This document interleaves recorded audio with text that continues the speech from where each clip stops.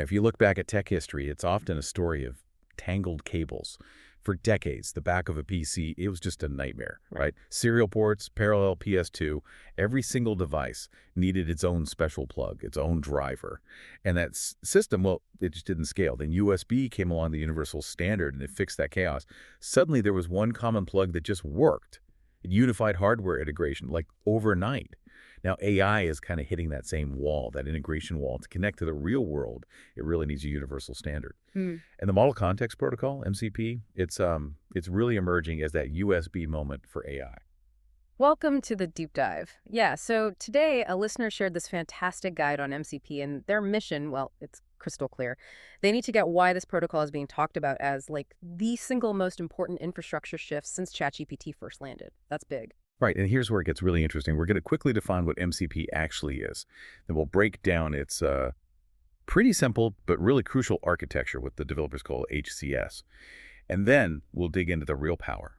These three capabilities baked inside every server. We'll use TRP to remember them. Exactly. We're basically charting the path from, total integration chaos to genuine plug-and-play AI capability. It's all about connecting AI smoothly to the actual messy real world of data and tools, but in a standardized way. Let's dive in. Okay, so think about before this standard. Segment 1, what is MCP? If you wanted your AI agent to talk to something outside itself, like booking a flight or maybe updating a database, check your calendar, you had to build a totally custom integration for every single tool. Oh, yeah. And that custom code, it was slow, it was complex. And critically, every time that external tool updated its API, its connection points, your integration broke. It was just completely unsustainable, especially for an ecosystem moving this fast. That's the exact pain point MCP tackles.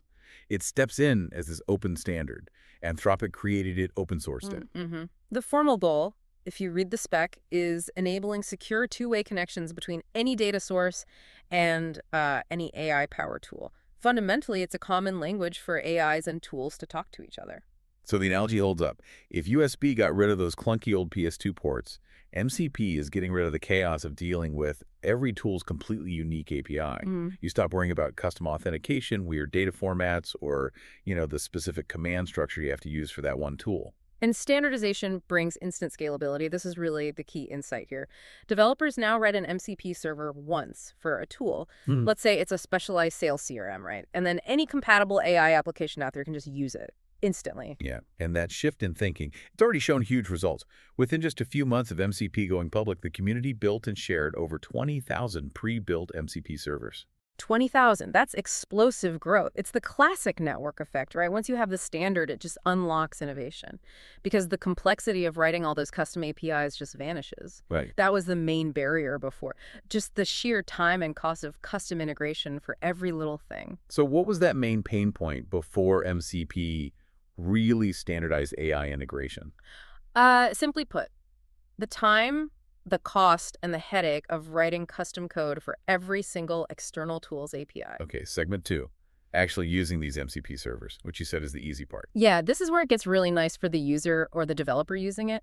The beauty is just the simplicity. It's plug and play. Leveraging servers that already exist takes almost no technical effort on your part. And these marketplaces for servers are already pretty big, covering everything from like real-time financial data. Alpha Vantage is a popular one, to productivity tools like Google Workspace, Notion, and even developer platforms like GitHub or connecting to databases like PostgreSQL. Yeah, tons of options. Okay, let's walk through an example. Say you want your AI assistant to pull historical stock market data, and you want to use that pre-built Alpha Vantage MCP server. Right, so you don't need to write code. First step, you just find the server in a directory or marketplace. It's usually listed with a configuration snippet, which is basically just a URL, a web address pointing to that capability. Okay, so I find the URL. Yeah. Then what? You take that snippet, copy it, and you paste it into your AI applications developer config file. Maybe that's in Claude Desktop or, a custom app you're building. Paste it in. Got it. And that's pretty much it. You then just prompt the AI like normal. You might say, plot the coffee stock market prices for the past 10 years. And the AI, using the MCP client, handles the rest, the authorization talk, sending the request, getting the data back. You didn't write a line of code for the connection itself. Wow, that's a zero-code setup. That feels transformative. And I didn't even need to go sign up for an Alpha Vantage API key myself or read their docs. Yep. The person who built the MCP server handled all that abstraction for you. That's the value. That's huge. Yeah. And because it's a standard protocol, that same server, say one for Google Calendar, I could use it in Claude Desktop, but also maybe hook it into an automation tool like N8N or a totally custom app. Exactly. True host portability. Use the capability wherever MCP is supported. Okay, that does bring up a key question, though. Security. Yeah. How does MCP handle security when you're connecting to something really private, like, say, your Gmail? Good question. It ensures security by making the AI ask for explicit user permission. That happens during the setup phase and then potentially, again, when the tool is actually used. You're always in control. Got it. User permission is key. All right, segment 3. The architecture, HCS and TRP. Right. So to really appreciate the elegance here, we need to quickly understand the three main parts. We call this the HCS architecture: host, client, server. Okay, so the host H, that's my AI application, the thing I'm actually talking to, like the chat window. Exactly. That's the user-facing bit. Then the client, C. This is specialized software that lives inside the host. Think of it like a dedicated translator or maybe a network card just for MCP. It speaks the MCP language fluently. It handles all the technical communication stuff, the transport protocol, so the host application doesn't need to worry about those low-level details. Okay, so the client handles the MCP-specific docking, and then the server, S, is the actual capability provider, like that Alpha Vantage server we talked about. Precisely. It's the standardized gateway that exposes the underlying tool's functionality. Okay, HCS makes sense, but you said what's really valuable is what's inside the server. TRP. Yeah, TRP. Tools, resources, and prompt templates. This is where the magic happens. So tools, these are the active functions, operations that actually do things. They can change the state of external systems, send message in Gmail, execute a database, delete file. If it performs an action, it's likely a tool. Okay, active functions. Tools do things. What about resources? Resources. These are different. They provide efficient, read-only data access. Read-only. So like getting information without changing anything. Exactly. And the key word is efficient. Think about getting historical weather logs, or maybe the structure, the schema of a database, or just log files. Instead of the AI having to call a tool, say, 30 times to get 30 days of data. Which could be slow and maybe expensive. Right. It just reads one resource once. Imagine resources like prepackaged data files or records the AI can just grab and consume quickly. Makes analyzing large amounts of data way faster and cheaper. That's a really useful distinction. Okay, tools do things. Resources provide bulk read-only data. What's the P? P is for prompt templates. And these are fascinating. They're essentially structured blueprints, right? They're crafted by the person who built the server. And they're designed to guide the AI, or even the user via the AI, on the best way to interact with the server's capabilities. So they help make better prompts. Kind of, yeah. They ensure the AI constructs a perfectly structured, optimized request. I still wrestle with prompt drift myself sometimes, trying to get just the right phrasing for complex tasks. So I really appreciate that these templates can handle that sophisticated structure. They can turn a user's maybe kind of vague request into an expert-level, super optimized instruction that the AI can execute perfectly. Solves the fuzzy prompt problem. That's clever. So putting it all together, a database server, like for SQLite, could offer the whole TRP set. Absolutely. It could have tools for inserting or updating data. It could have resources for efficiently accessing the database schema, or maybe query history logs.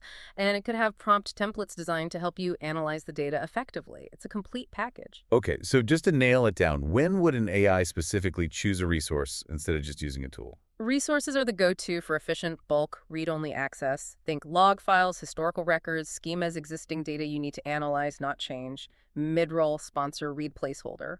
All right, we're back. Segment 4, communication, building, and the future of MCP. Okay, so the actual communication flow between the client in the host and the server is pretty straightforward. There are basically three phases.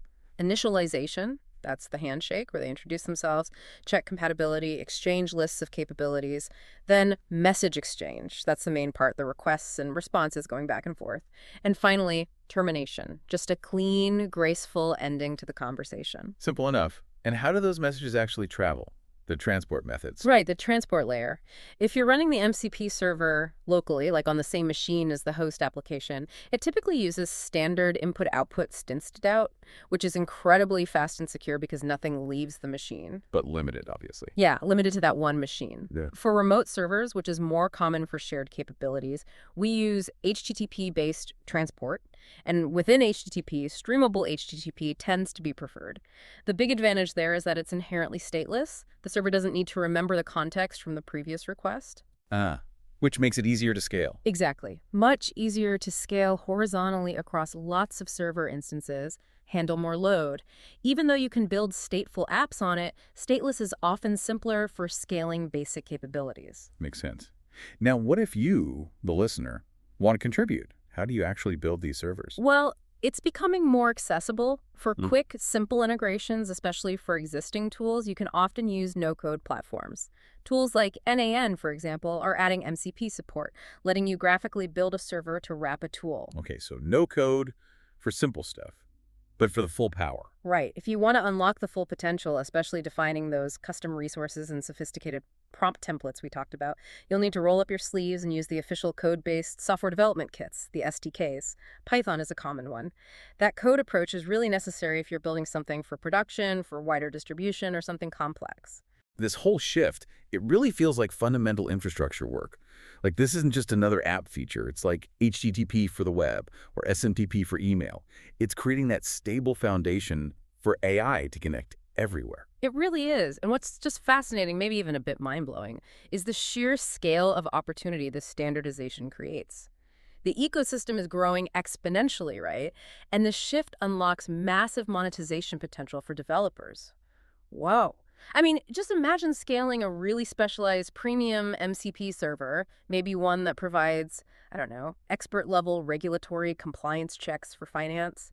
Imagine scaling that to potentially reach, like, 1 billion queries across every single compatible AI application in the world. Yeah, that completely changes the business model for AI capabilities. The connection problem is solved, basically. Pretty much. Developers build a valuable capability into a server once, embedding their unique knowledge or data access, and then they can sell it or offer premium tiers to any AI host application on the planet that speaks MCP. So what's the core business opportunity MCP standardization creates? Build once, sell everywhere. Specialized capabilities delivered as a distributed, standardized service. Okay, let's zoom out for a final recap. Big idea. MCP is positioning itself as the universal standard for AI integration, the USB for AI.